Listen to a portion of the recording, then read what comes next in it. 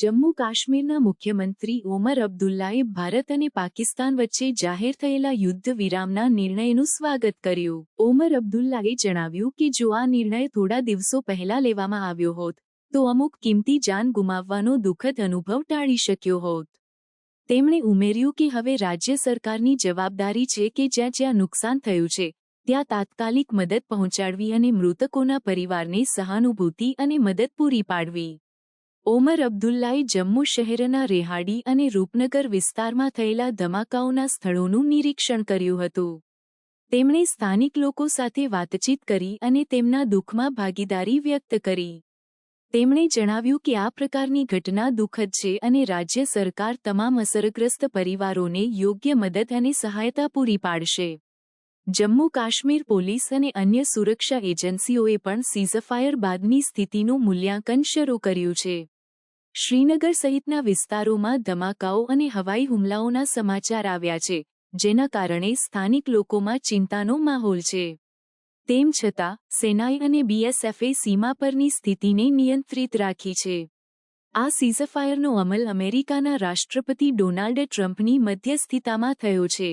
તેમણે બંને દેશોના ડીજીએમઓ director general of military operations વચ્ચે વાતચીતને સુલભ બનાવ્યું, જેના પરિણામે આ યુદ્ધ વિરામ જાહેર કરવામાં આવ્યો.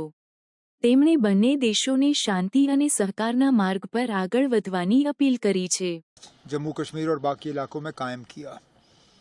अब मौजूदा जम्मू कश्मीर की हुकूमत की अब जिम्मेदारी बनती है कि जहाँ जहाँ नुकसान हुआ है नुकसान का हम मुआयना करें, असेसमेंट करें डैमेज, और उस नुकसान का जो है लोगों को हम रिलीफ पहुंचाना शुरू करें. जहाँ जहाँ लोग ज़ख्मी हैं उनका ठीक तरह से इलाज हो, उन्हें भी गवर्नमेंट स्कीम के तहत रिलीफ मिले.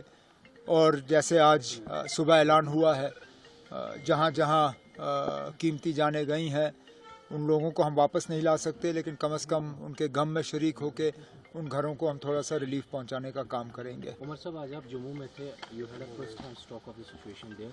सो आफ्टर मार्च जो अब सीज फायर का है, व्हाट्स योर प्लान? अब नुकसान बहुत हुआ है. नुकसान जम्मू शहर में हुआ है, लेकिन जम्मू शहर से बाहर अगर हम बात करें, पुंछ शहर को बहुत ज़्यादा जो है डेवस्टेट किया हुआ है.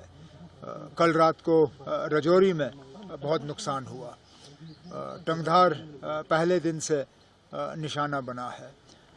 तो जैसे मैंने अभी कहा, डीसीज़ को वाज़िया हिदायत दी गई है कि वो फौरी तौर डैमेज का जो है फ़ाइनल असेसमेंट करके वो असेसमेंट हम तक पहुंचाएं, ताकि हम इन घरों को रिलीफ जो है पहुंचाना शुरू करें. इसके साथ साथ कई दिनों से अब हवाई अड्डा हमारा बंद रहा है. उम्मीद करते हैं कि इस सीज़ फायर के बाद दोबारा हवाई अड्डा खुलेगा और हमारे जो यहाँ से हाजी हज करने के लिए जिनको निकलना था हम भेज नहीं पाए, इंशाल्लाह जैसे ही हवाई अड्डा खुल जाता है तो हम दोबारा हमारे अपने हाजियों को यहाँ से रवाना करना शुरू कर देंगे. वो हमने